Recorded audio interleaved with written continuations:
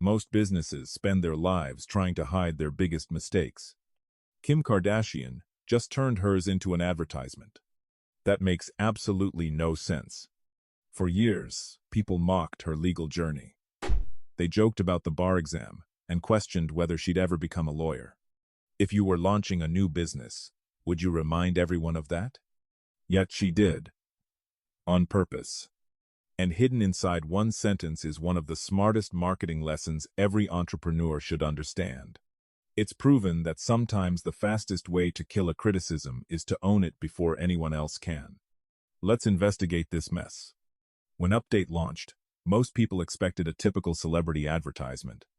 Beautiful shots, lifestyle scenes, a product in someone's hand. Instead, Kim walks into a mock press conference. Reporters throw questions at her. Some are about her productivity, some joke about plastic surgery, some reference years of internet criticism. Then comes the question everyone was waiting for. Did you ever pass the bar? She smiles. No, I didn't pass the bar, I raised it.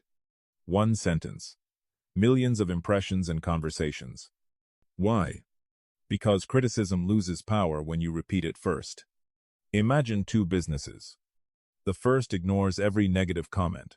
The second addresses it immediately, with confidence. Which one feels more in control? Probably the second. Psychologists call this inoculation. Expose people to criticism before someone else uses it against you, and it often becomes less persuasive.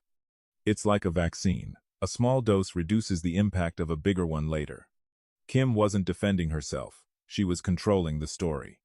Here's what most entrepreneurs get wrong. They think marketing is about saying, "Look how amazing we are." Great marketing often says something different. "We know what you're already thinking." And that's exactly why this campaign worked. It never pretended Kim had a perfect reputation. It assumed the audience already knew the jokes, then it turned those jokes into entertainment. Suddenly, the audience isn't laughing at her anymore. They're laughing with her. That's a completely different psychological experience. This isn't just a celebrity strategy. Businesses do it all the time.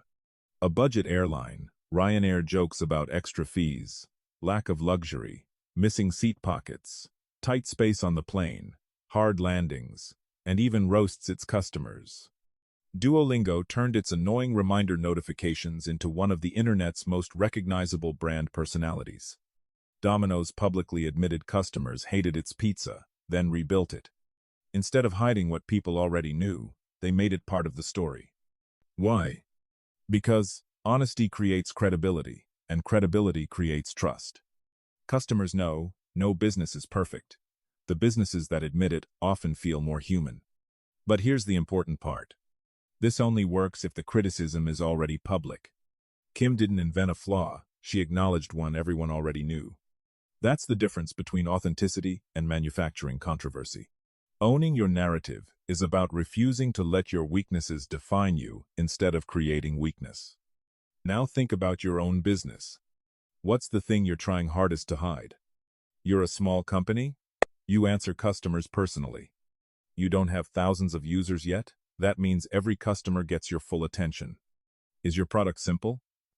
Maybe that's exactly why it's easier to use. Sometimes the thing you think is your biggest disadvantage is simply an advantage waiting for better positioning. There's another reason this campaign worked.